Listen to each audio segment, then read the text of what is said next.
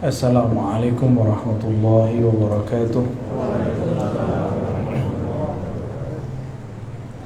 Alhamdulillah rabbil alamin, hamdal hamidin, hamdal mustaghfirin, hamdan yuwafi ni'amahu yukafi'u mazidah. Allahumma bika asbahna wa bika amsayna wa bika nahya wa bika namutu wa bika nusyur. Asbahna ala fitratil Islam wa kalimatil ikhlasi wa ala dini nabiyina Muhammad wa ala millati abina Ibrahim hanifa wa ma kana minal musyrikin. Allahumma nas'aluka al-'afwa wal 'afiyah fid din wad dunya wal akhirah. Allahumma ihfazna min bayni aydina wa min khalfina wa an yaminina wa an shimalina wa min fawqina wa na'udzu bika ya rabbana min an nuqtala min tahtina wa akhrijna ya rabbana min zulumatil wahmi wal jahli ila al-ma'rifati bil amin ya rabbal alamin. Bapak Ibu Saudara sahabat dimuliakan Allah, insyaallah pagi ini kita akan membedah hadis-hadis mengenai akhir zaman, terutama mengenai zuhuril Mahdi, ya, kemunculan Al-Imam Al-Mahdi.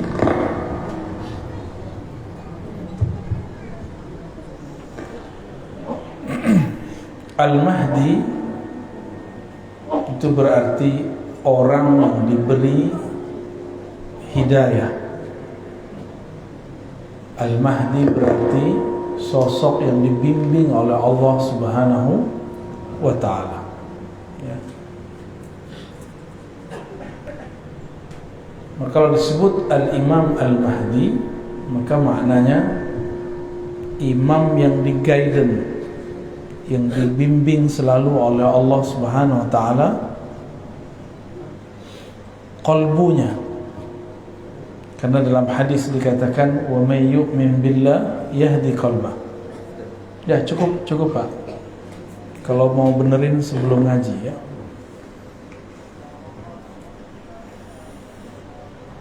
Wa may yu'min billah yahdi qalbah.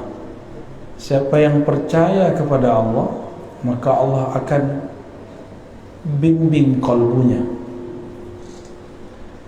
Maka kajian-kajian Al-Mahdi harus menyesuaikan dengan prinsip kemahdian, bahwa Al-Mahdi ini dia bergerak dengan kalbunya, bukan bergerak dengan ra'yunya. Ra'yu artinya pikiran. Kalau pikiran bisa cocok-cocokan, ya, dicocok-cocokkan dengan teori ini, teori itu, bukan berdasarkan gerak yang ada di dalam kalbunya. Ini dua hal yang berbeda, ya. Hari ini banyak orang yang halu, atau banyak orang yang ngaku-ngaku pergerakannya pergerakan Al-Mahdi. Sedangkan Al-Mahdi itu orang yang tidak mungkin ngaku-ngaku, karena dia dihidayahkan oleh Allah Subhanahu wa ta'ala. Al-Imam Abu Dawud nulis satu bab khusus mengenai Kitabul Mahdi, bab mengenai Al-Imam Al-Mahdi. Nah, ini saya bacakan beberapa hadisnya. An Abdullah bin Mas'ud, dari Abdullah bin Mas'ud, anin Nabi sallallahu alaihi wasallam, dari Nabi sallallahu alaihi wasallam, "Law lam yabqa min ad-dunya illa yawmun." Seandainya dia tidak tersisa lagi di bumi ini, di dunia ini, kecuali satu hari saja, la tawwalallahu dzalika al-yawm. Sungguh Allah akan memanjangkan hari tersebut. Hatta yab'atha fihi rajulan minni min ahli baiti, sampai Allah mengutus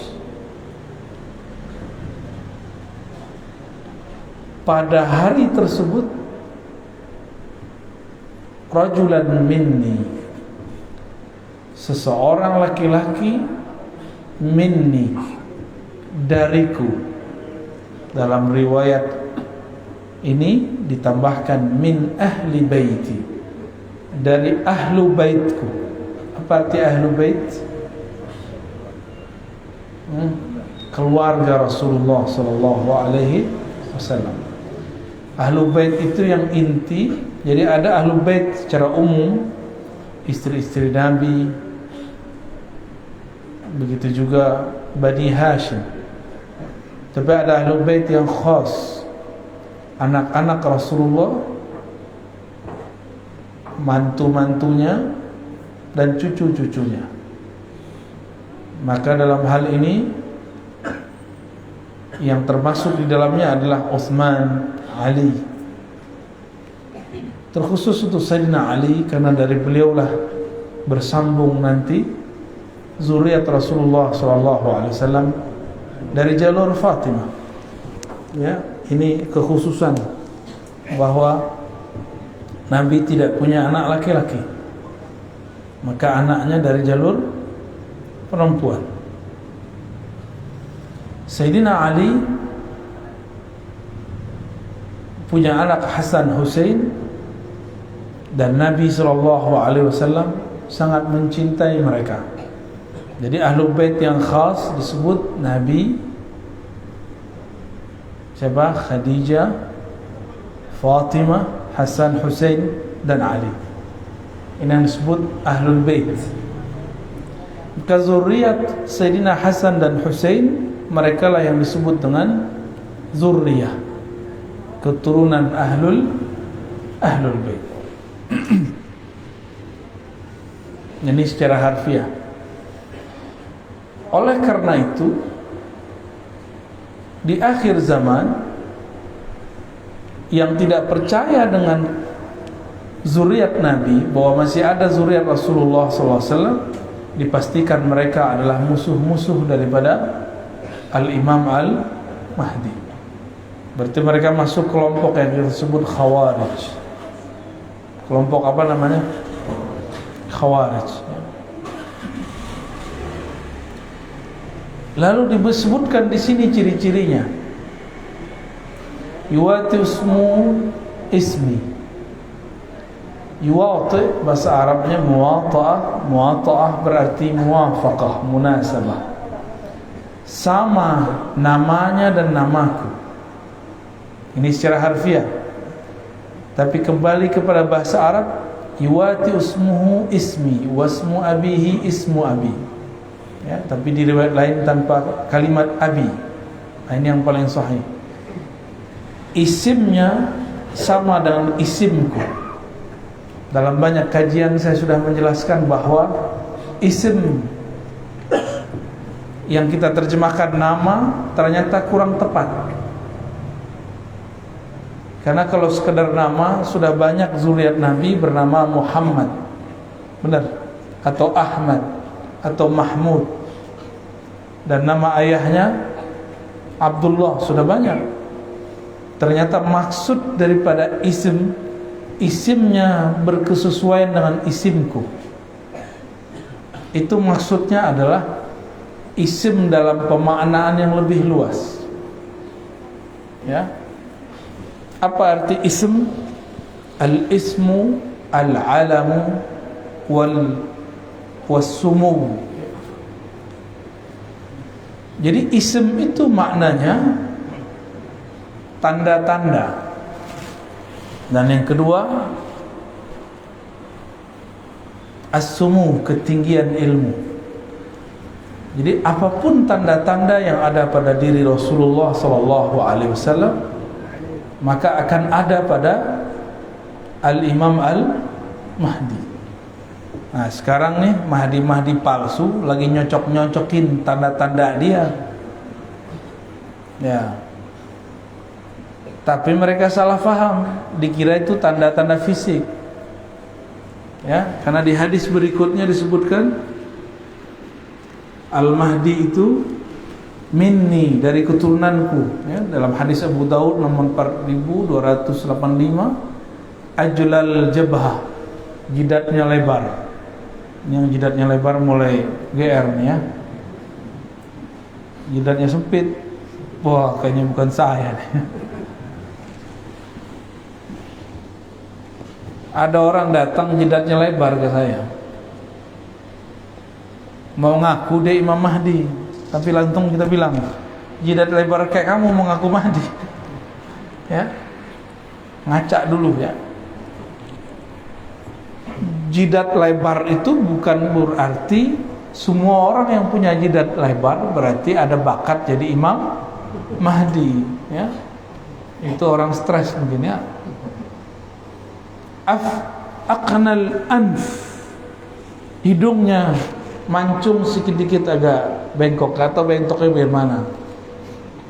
Tapi ini juga salah satu makna. Tapi ingat, ini itu setelah Imam Mahdi diislah, ada namanya islah. Jadi Imam Mahdi itu dalam hadis yuslihuhullahu fi lailah, akan Allah islah dia, perbaiki dia dalam satu malam. Berarti kalau sekarang Imam Mahdi ada, itu masih Allah tutup. Kalau dia diislah, islah itu diperbaiki, dicocokkan. Berarti sekarang belum terlihat cocok. Berarti sekarang belum matching lahir batinnya, sehingga orang bingung, ini masa ini Imam Mahdi. Tapi karena kajian-kajian akhir zaman ini berdasarkan cocoklogi yang parah, banyaklah orang-orang yang jidatnya lebar, hidungnya agak mancung dikit, terus GR. Sepertinya saya lah Al-Mahdi. Ditambah pandemi datang, tambah stres, ya. Dan tidak satu dua yang ngaku kepada saya bahwa dirinya Al-Mahdi. Al-Mahdi itu bukan pencirian fisik. Maka kembali kepada hadis yang tadi, ismuhu, ya, yuwati usmuhu ismi, isimnya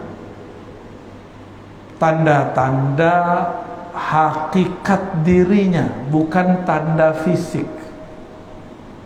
Bukan tanda fisik. Kalau tanda fisik banyak zuriat Rasulullah milik Rasulullah sallallahu alaihi wasallam, ya.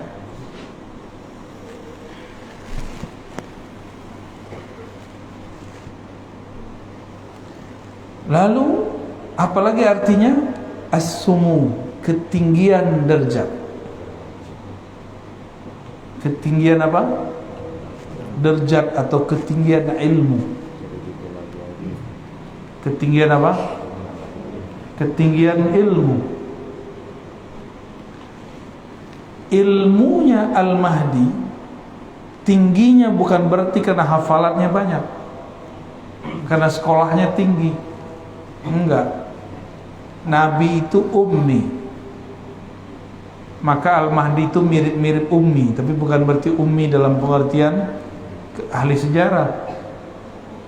Ummi itu ada makna lainnya, induk, ibu, keibuan. Induk berarti sumber, itu disebut ummi. Coba Nabi Muhammad lahirnya di tengah kota atau di pedesaan?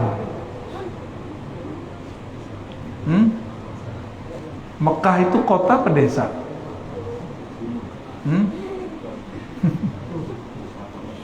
Desa apa kota tuh? Mekah itu. Berarti nggak paham ya selama ini Mekah itu apa ya? Bayanginnya desa gitu ya. Itu nggak ngerti sejarah itu. Nih kita kasih tahu,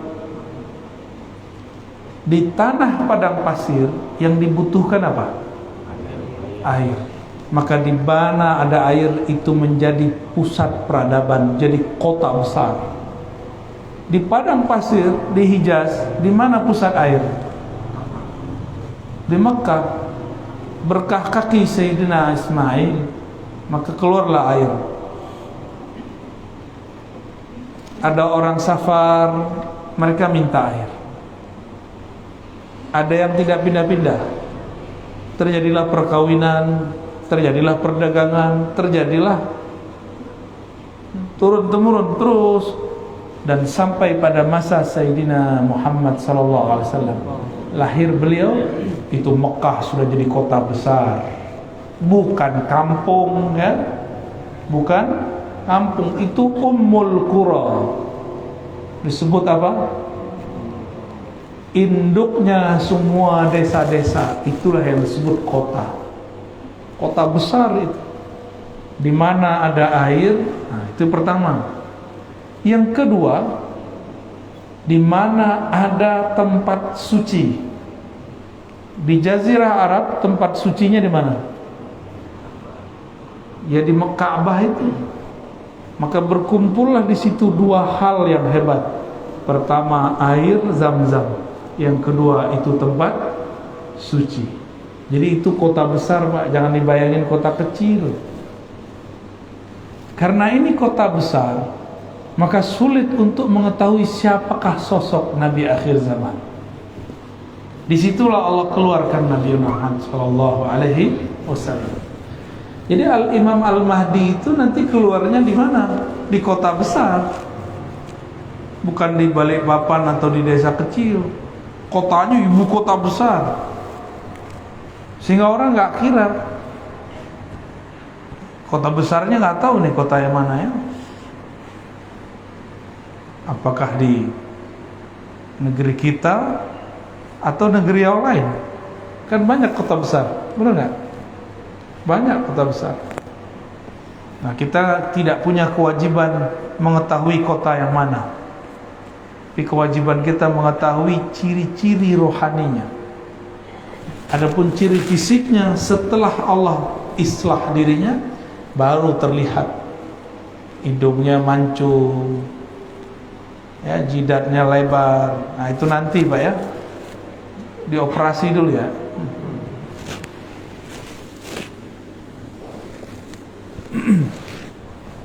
Nabi Muhammad sallallahu alaihi wasallam ketika kecil kolbunya dibersihkan oleh Sayyidina Jibril, Sayyidina Mikail. Maka Al-Imam Al-Mahdi itu kecilnya pasti dibersihkan juga oleh Allah. Bukan mimpi, keadaan jaga. Karena Nabi Muhammad SAW mengatakan, waktu aku kecil, tiba-tiba ada dua makhluk putih bersayap turun dari langit,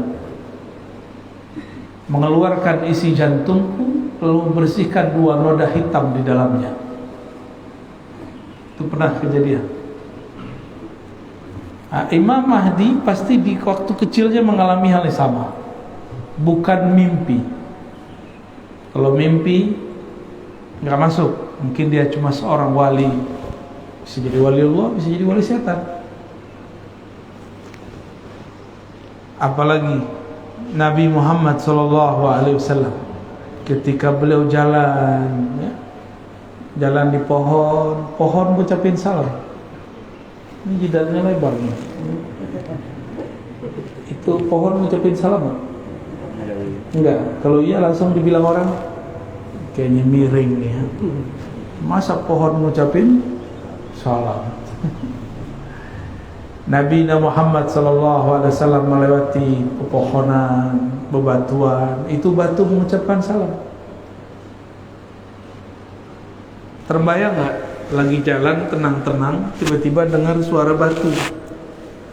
Gimana? Batu ngomong.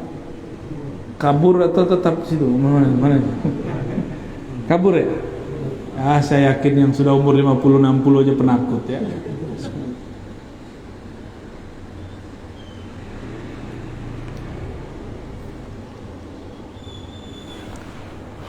Saya kira yang penakut itu anak kecil.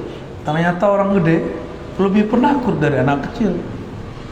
Dulu kita waktu kecil diizinkan Allah, ya, beberapa anak kecil tuh izinkan Allah tuh ngelihat alam-alam lain. Biasanya kalau diperlihatkan malah penasaran, apa nih ya. Kalau sudah jadi aki-aki malah kabur ya. Wajar nggak jadi nabi kan? Wajar nggak jadi Imam Mahdi? Karena kalau ngalamin dikit takut GR. Kawan saya baru mimpi ketemu Rasul, girangnya bukan main. Baru mimpi ketemu Rasul sallallahu alaihi wasallam. ibunya Rasulullah hampir tiap malam ketemu malaikat atau ruh para nabi. Hampir tiap malam. Udah gak kaget, udah gak norak, kira-kira begitu. Tapi kawan kita baru sekali mimpi Rasul, cerita kemana-mana ya, girang. Itu baru dikasih satu mimpi. Mimpi itu adalah wahyu-wahyu yang tersisa. Mimpi yang saleh, mimpi yang bagus, ar-ru'ya as-salihah, itu adalah busyra, kabar gembira yang masih tersisa di akhir zaman, bentuk lain daripada wahyu-wahyu yang tersisa. Disebut ilham atau mimpi yang baik. Maka Al-Mahdi itu tidurnya adalah perjalanan rohani. Bisa jadi dia diperjalankan ke masa lalu, bisa jadi dia diperjalankan ke masa depan. Ya.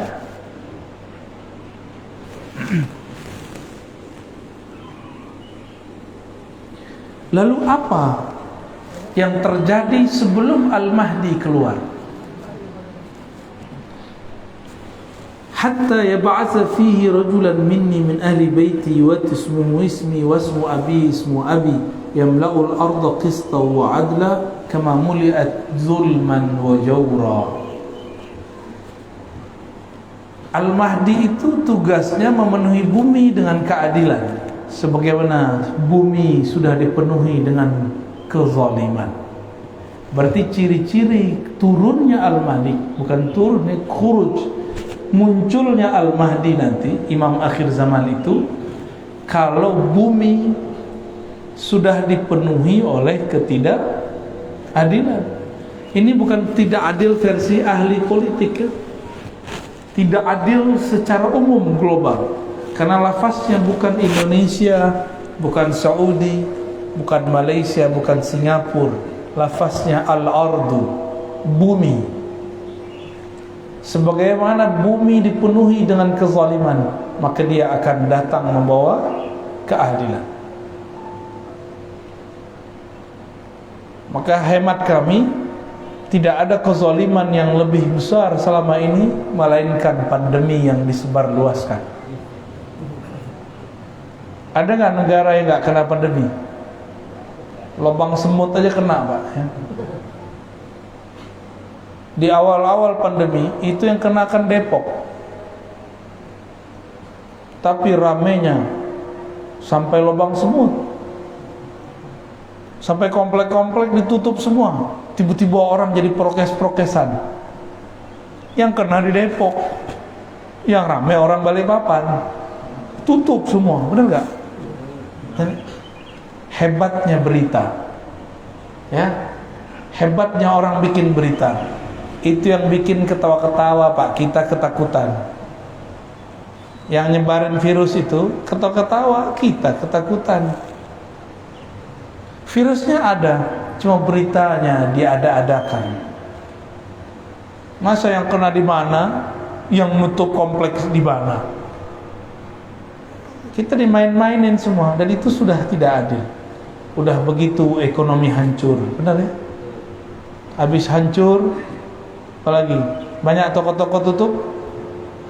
Kawan kita di Jakarta, di Tanah Abang, banyak pulang kampung stres. Banyak tutup buku. Bukan hanya bukunya ditutup, toko-tokonya ditutup.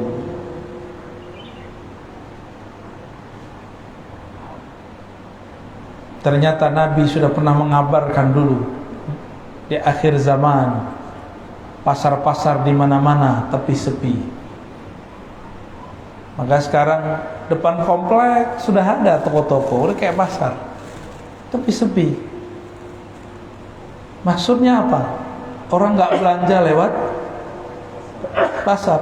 Nabi kan nggak mungkin bilang nanti di akhir zaman ada Tokopedia, ada Lazada, ada Shopee, kullu bid'atin dolalah.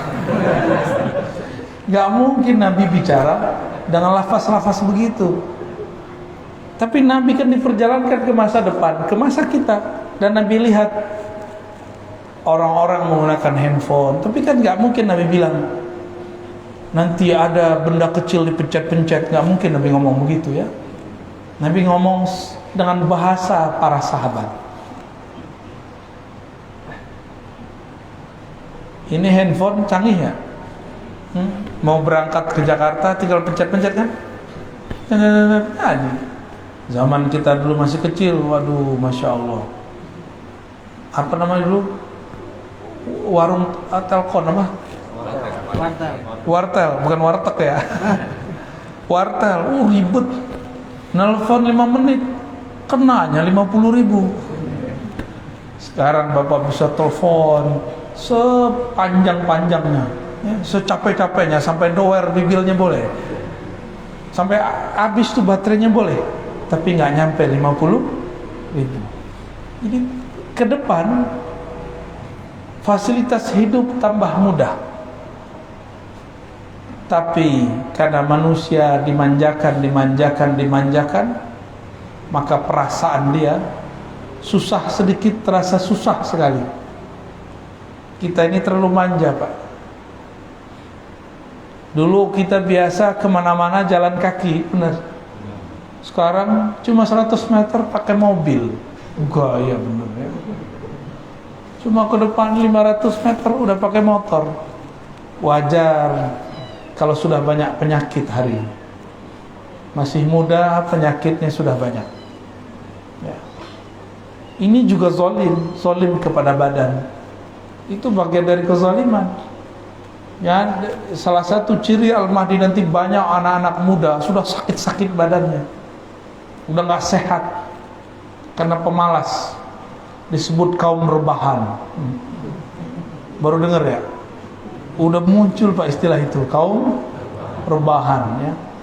Maka kita yang ngaji-ngaji begini, jangan rebahan lah ya. Sandaran boleh, rebahan jangan ya. Gak sopan ngaji kok rebahan ya. Tapi di rumah boleh ya. Ya di rumah kan aneh gak lihat untuk mau ngaji kayak gimana.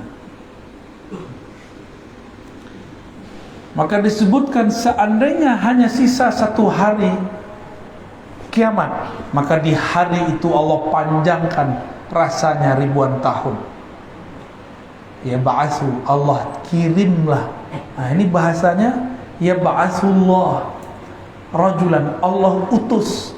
Berarti Al-Mahdi ini utusan juga, cuma bukan sebagai Rasul, bukan sebagai Nabi, sebagai wali. Oh berarti wali diutus? Oh iya, wali itu ada tugasnya, maka disebut wali.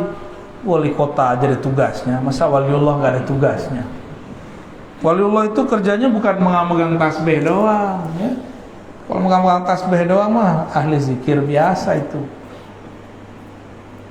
Wali Allah itu orang yang ditugaskan oleh Allah untuk menjaga alam semesta.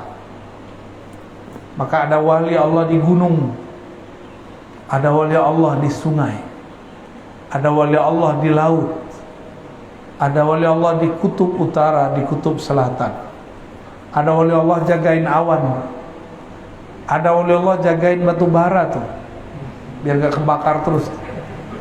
Makanya aneh, musimnya selalu ada hujannya, benar gak? Kalau enggak kebakar terus itu kalau nggak ada wali Allah nggak jadi. Kekasih-kekasih Allah, kekasih Allah ini doa-doa mereka menyejukkan alam semesta, zikir-zikir mereka menenangkan alam semesta, langsung tenang itu alam. Allah itu memandang ke dalam kolbunya alam adalah wali Allah. Kolbunya alam adalah, jadi kalau sudah tidak ada wali-wali Allah itu kiamat bumi. Wali Allah itu bukan orang sakti, tapi orang yang kenal kepada zat yang maha sakti. Itulah puncaknya nanti pada Al-Imam Al-Mahdi. Di dalam hadis Imam Ahmad dikatakan, seperti yang pernah saya sebutkan dalam banyak tempat, itu imam akhir zaman, khilafahnya ala minhajin nubuwah, pemerintahannya bukan lagi monarki demokrasi. Jadi kita nggak nyalahin demokrasi, nggak nyalahin monarki, emang itu udah sunnatullah. nanti beliau pemerintahannya, minhajnya, sistemnya, sistem nubuwah. Nubuwah itu beda dengan risalah. Nubuwah itu beda dengan ilmu fikih, apalagi ilmu hadis. Al-Habib cuma bilang mana dalilnya, itu nggak cukup. Nubuwah itu ilmu yang Allah turunkan, yang Allah simpan di dalam kalbu kekasih-kekasihnya. Itu disebut dengan nubuwah. Maka Al-Mahdi itu dia bergerak dengan gerakan di dalam kalbunya berdasarkan petunjuk dari Allah Subhanahu wa ta'ala. Bukan hanya sekedar hafalan Al-Quran, dia dapat ilham langsung, dibimbing oleh Allah. Dan gak mungkin lah ya Al-Mahdi main YouTube ya. Yamliku sab'a sinin, dia nanti akan memimpin, mentadbir alam selama 7 tahun. Di riwayat lain 5 tahun. Ada yang paling panjang menyebutkan 9 tahun. Tapi gak usah khawatir Pak, sebelum beliau memerintah, beliau sudah muncul. Di saat itu terjadi paceklik di alam semesta. Lalu puncaknya 40 hari Ad-Dajjal, Al-Masihud Dajjal keluar. Tapi 40 hari sama seperti 40 tahun. Lama rasanya. Kok bisa? Kita ini hidup terasa cepat karena Bapak Ibu sibuk. Nggak ngapa-ngapain, sibuk. Main handphone ya, nonton. Dulu di zaman kita masih kecil, orang nonton aja dimarahin guru. Sekarang guru-gurunya main handphone. Maka waktu sebentar sekali, sudah tak terasa, sudah 2 tahun kita hidup bersama pandemi. Bapak belum talak-talak juga dia ya, karena dia nggak mau ditalak dia. Benar 2 tahun? Tegangnya kok udah hilang. Kayaknya dulu kalau masuk masjid orang nggak pakai masker langsung dipelototin. Padahal yang kena orang Depok. Tutup musola nggak dulu? Dilarang tuh. Semua ketakutan Pak. Itu bukan pemerintahnya yang salah, bukan imam masjid yang salah. Emang sudah begitu masanya. Bukan hanya musola masjid, gereja ditutup ya, wihara ditutup semua. Jadi jangan kita kemudian pakai otak konspirasi, abal-abalan. Konspirasi itu ada ilmunya, ada teorinya. Jangan pakai teori abal-abalan. Wah ini tanda nih, tanda ingin menghancurkan umat Islam nih. Wah mesti ditutup. Ya salam, Kristen juga tutup gerejanya. Yang waras kalau mikir ya, mikir itu yang cerdas sekalian, yang kritis sekalian, benar sekalian ya. Jangan nanggung kalau kritis. Jangan mikir begitu ya. Semua Pak. Karena Dajjal itu musuh semua agama. Musuh semua agama. Nanti ada masa handphone tidak bekerja. Ini kabar buruk Pak. Saya bukan nakut-nakutin. Kata ahli bahan bakar di dunia, ini kan Balikpapan ini punya, ada Pertamina, dulu ada Chevron ya, ada Total, masih ada nggak tuh? Udah nggak ada ya? Udah angkat kaki dia. Itu ciri-ciri itu dah. Nanti 2030 kata mereka, mobil-mobil kita yang pakai bensin, pakai solar, nanti nggak bisa lagi, kehabisan energi. Jadi mumpung masih bisa beli mobil bensin, beli sekarang. Nggak juru juga ya. Maksud saya sederhana. Ilmu tentang akhir zaman itu beda ahli, beda ibarat, beda istilah. Kita menyebutkan di akhir zaman semua kembali manual, gitu. Ya. Tapi dalam bahasa orang-orang ekonom, bahasa orang-orang ahli bahan bakar segala macam, nanti 2030 orang mesti beralih kepada listrik. Saya nggak yakin juga. Tunggu Pak 2030, ya. Bapak mau nunggu nggak? Ya, mobil-mobil katanya yang bensin apa nggak ada lagi. Ini sudah kabar, berarti ada kesepakatan antara ahli agama dan orang-orang yang di luar ahli agama, cuma beda istilah. Kita nyebutnya apa tadi? Nanti serba manual. Gimana Pak? Takut nggak? Itu beda lagi. Takut itu macam-macam bahasa Arabnya. Kalau takut sama Allah namanya takwa, khasyah. Ada khauf, itu beda lagi. Ada hadar. Bapak takut nggak sama ular? Katanya takut sama Allah. Waktu pandemi orang buka masker batuk-batuk takut. Itu namanya waspada. Bahasa Arabnya hadar, hazrun, ya.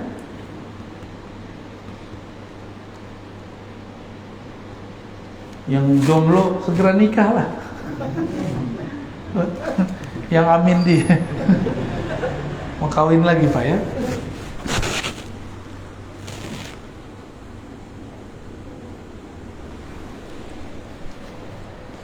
Di dalam hadis yang lain, hadis 4286 riwayat Imam Abu Daud, Ummu Salamah mengatakan, yakunu ikhtilafu inda mauti khalifah fayakhruju rajulun min ahli al-Madinah hariban ila Makkah fayatihi nasun min ahli Makkah fayukhrijunahu wa huwa karihun fayubayi'unahu bin ar-rukni wal maqam wa yub'atsu ilaihi ba'sun min ahli Syam.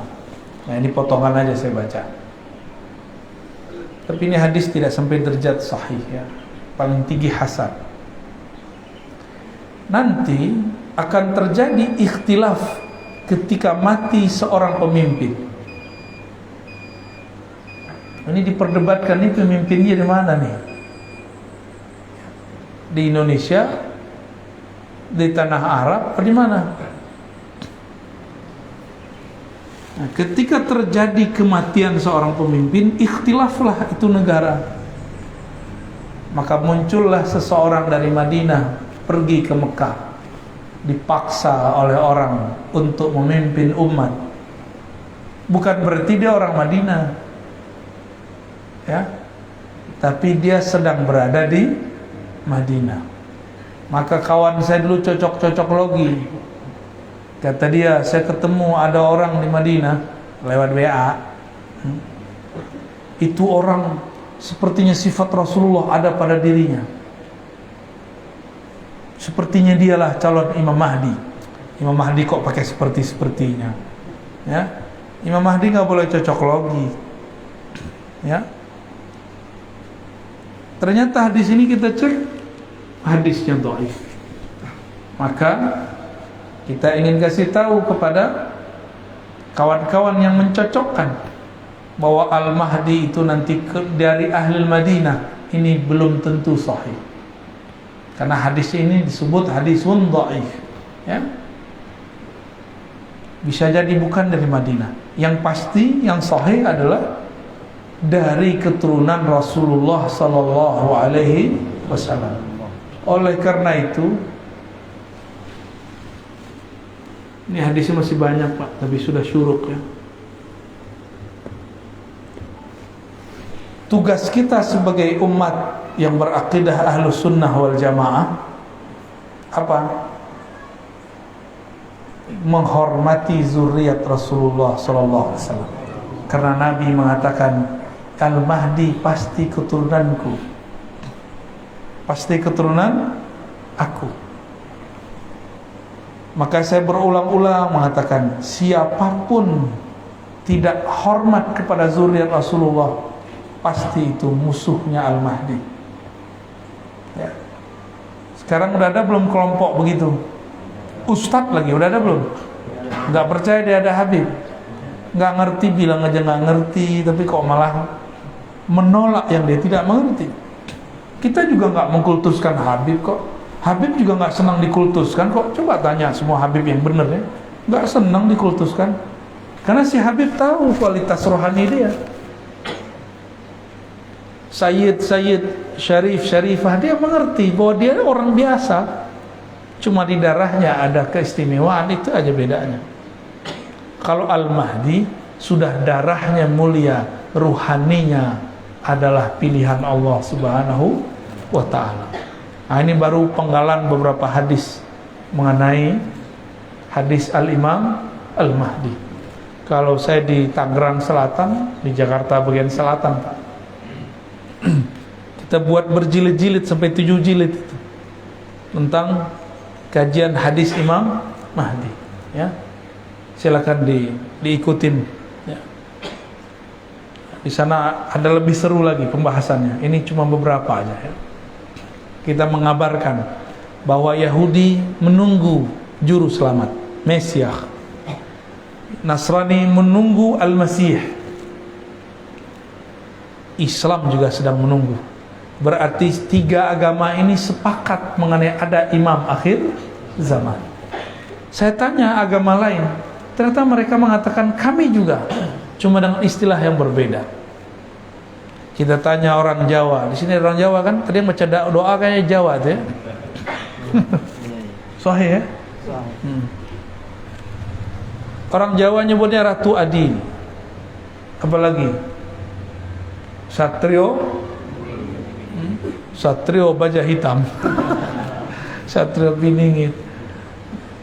Itu istilah-istilah aja yang menunjukkan jika ada kekacauan mesti ada penyelamat. Inilah kaidah heroik yang disebut Mesiah Al-Masihiyah. Teori-teori ini sudah ada dalam kajian agama-agama, kita tinggal menjalaninya, ya. Barangkali itu yang bisa saya sampaikan. Mungkin 2 pertanyaan cukup, ya. Tafadhal kalau ada yang mau ditanyakan. Bagi jemaah yang ingin bertanya, cukup 2 pertanyaan saja. Bagi jemaah yang bertanya, silakan berdiri langsung bertanya.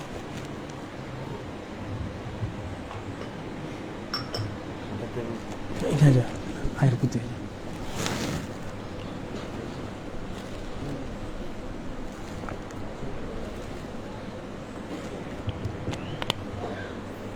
Assalamualaikum warahmatullahi wabarakatuh.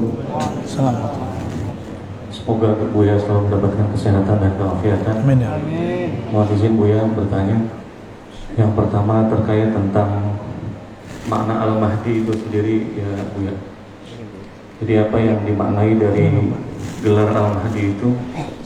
Dan yang kedua, hadis Nabi SAW, "Man ra'ani fil manam fasayarani fil yaqdah."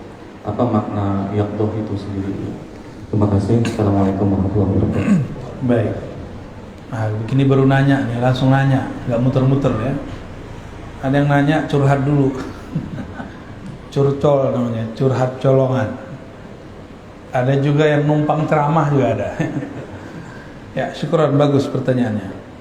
Ada sebuah hadis yang sahih menyebutkan man ra'ani fil manam fasayarani yaqzah. Siapa yang mimpi ketemu aku dalam tidurnya, dia akan bertemu aku dalam keadaan jaganya. Maksudnya apa itu? Mimpi ketemu Nabi pasti benar. Lah kita kan belum ketemu Nabi. Ini belum ketemu Nabi.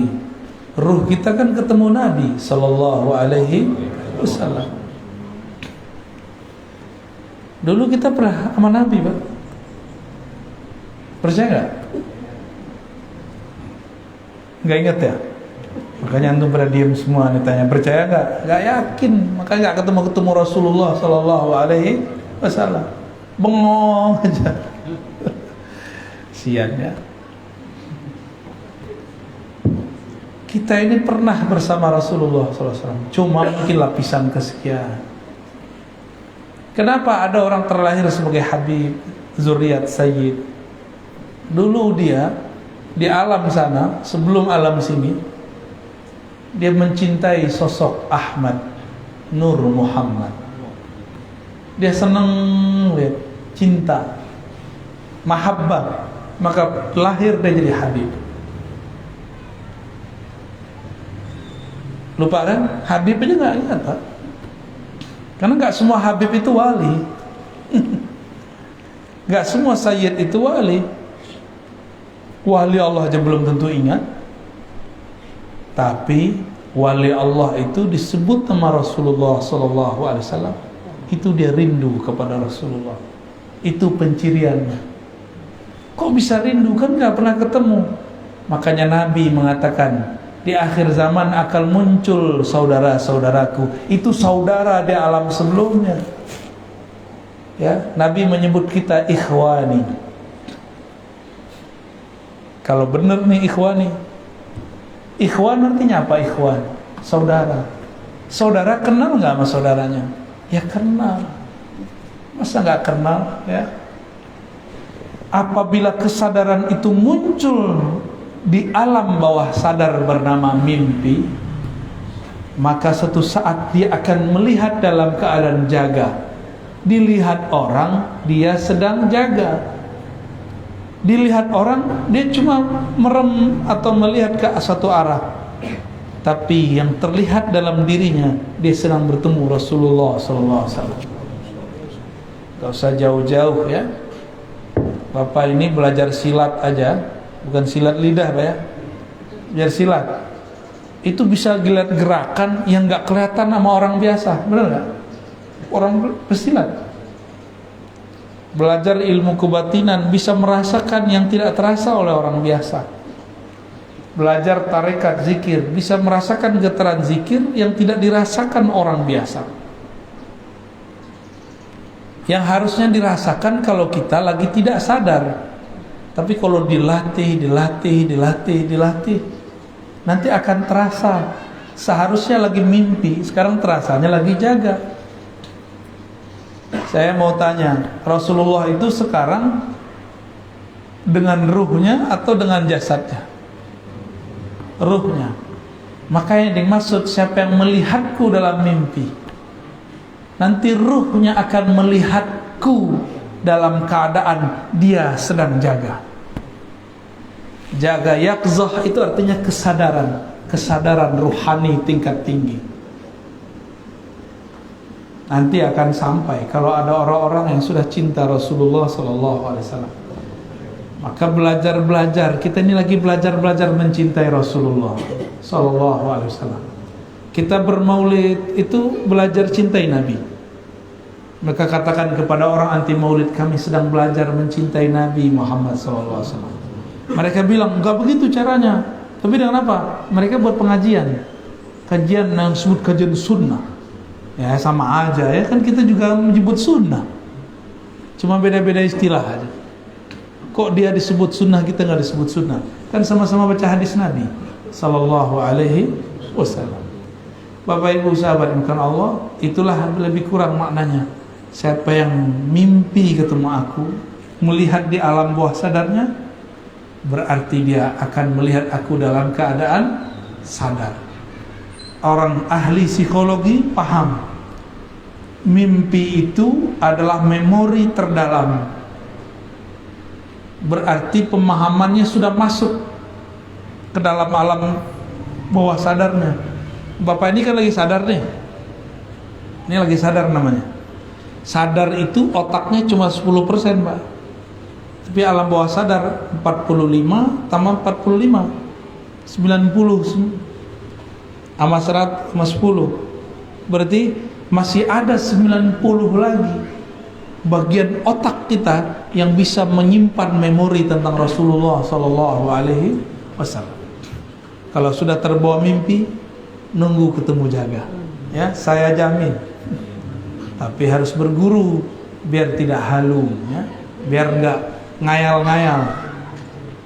Biar nggak ngaku-ngaku baru ketemu Nabi udah ngerasa Mahdi aja, udah ngerasa wali, belum tentu. Orang kafir mimpi ketemu Nabi bisa tambah kafir,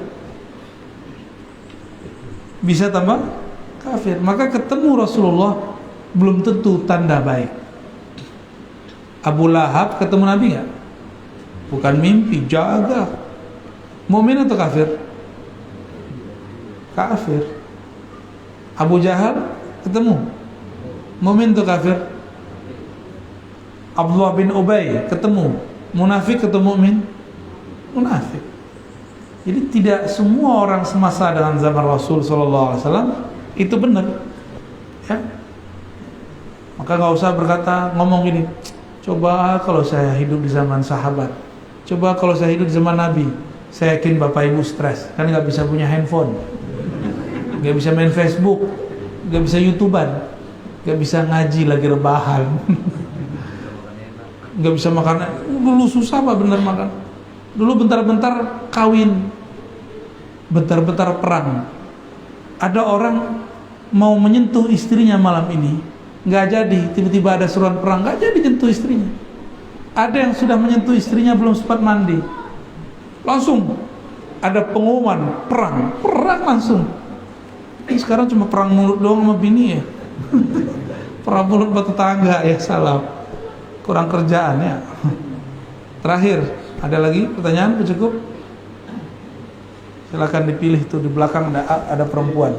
Ya. Yang di belakang perempuan. Ya.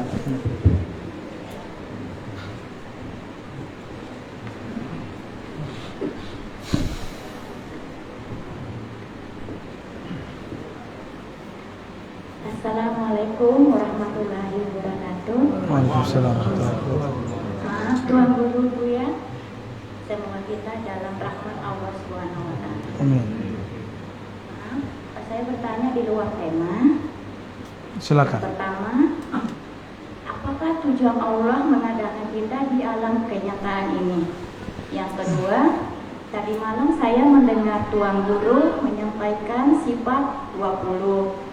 Saya pernah mendengar sifat 13. Tolong dijelaskan Tuan Guru pada diri kita. Terima kasih. Wassalamualaikum warahmatullahi wabarakatuh. Waalaikumsalam warahmatullahi wabarakatuh. Apa tujuan Allah buat kita di alam nyata? Alam itu dibagi, Pak. Ini namanya alamul mulk, alam nyata.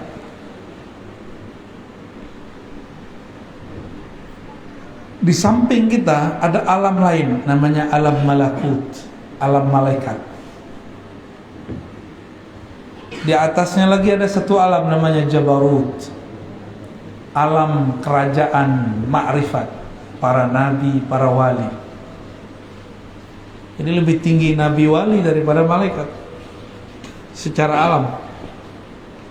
Lalu apa tujuan Allah jadikan kita di alam mulk, bukan di alam malakut? Manusia itu dipilih oleh Allah, inni ja'ilun fil ardi khalifah. Allah bertujuan menjadikan kita sebagai pentadbir alam, yang mengurusi alam semesta, terutama bumi. Inni ja'ilun fil ardi khalifah. Ini kalimatnya dalam surah Al-Baqarah. Sungguh aku hendak menjadikan di muka bumi khalifah. Apa arti khalifah? Pengganti yang tadinya sudah ada mengurus bumi, sekarang digantikan oleh manusia. Berarti sebelum manusia sudah ada makhluk lain. Ternyata dulu jin disebut Banul Jan, keturunan Jan, itu sudah pernah mengurus bumi. Tapi dasar mereka tercipta dari api, kerjanya membakar orang mulu, tengkar mulu. Terjadilah perperangan di setiap tempat, bunuh-membunuh. Mereka dulu masih tubuh fisik. Ini kalau tidak ada Nabi Syith, kita sama jin bisa gambar-gambaran, Pak. Ini rumah gua, ini rumah lu, rumah aneh, rumah ente gitu, ya. Ada yang lihat nggak? Nggak ya? Nggak lihat kan? Maka kalau ada sekarang orang bilang saya ngelihat jin, itu bohong. Yang dia lihat cuma energi, ya, energi. Kemudian dibayangkan pakai pikiran dia, muncullah sosok. Kenapa? Karena Nabi Syith dengan asma huruf-huruf rahasia dari Allah, dia mengunci alam semesta. Ya. Nabi Syith ini seorang nabi, keturunan Nabi Adam, lahir setelah Nabi Adam 400 tahun di muka bumi. 400 tahun baru lahir tuh anak namanya Nabi Syith. Ini ibu-ibu umurnya berapa? Ada yang 400 tahun? 400 tahun di bumi, Nabi Adam dan Sayyidatuna Hawa punya anak namanya Syith. Dia punya misi berputar di alam semesta untuk menutupi antara alam jasad manusia dengan alam jin. Kalau enggak, kita ini kaget-kaget, ada ngeliat jin di genteng, ya kan? Lagi naik motor kayak mau ketabrak, minum-minum, udah nggak enak benar. Nah, kita bersyukur kepada Allah, Allah tutup itu. Kalau Allah sudah tutup, jangan minta dibuka. Pembukaan mata batin, ya salam. Itu bukan mata batin, ya. Itu pembukaan alam yang merepotkan, Pak. Sempit kalau alam ini kalau kelihatan begitu. Bapak tahu nggak? Kalau di rumah kita, di rumah yang muslim, itu jin muslim itu ada di genteng-genteng itu, di atap-atap itu, di dapur-dapur itu, ya. Kalau yang agak jorok dikit di WC, coba tiap kali masuk WC ada dia, kan repot, Pak. Nggak jadi, malu kita kan, repot, benar-benar repot. Jadi tujuan Allah sebenarnya tidak perlu punya tujuan, tapi Allah bermaksud untuk mengajari kita. Jadi Allah mencipta berbuat tanpa perlu tujuan, karena tujuan itu hanya untuk yang tidak sempurna. Allah sudah sempurna, maha sempurna, maka dia mencipta suka-suka. Jadi tujuan itu untuk kita, bukan untuk Allah. Linabluwakum ayyukum ahsanu amala. Ketika kita mengurus bumi ini, kita diuji manakah yang terbaik karyanya. Nablu itu artinya bala artinya ujian. Kita semua lagi diuji. Dikasih pandemi, sabar gak? Dikasih duit, syukur gak?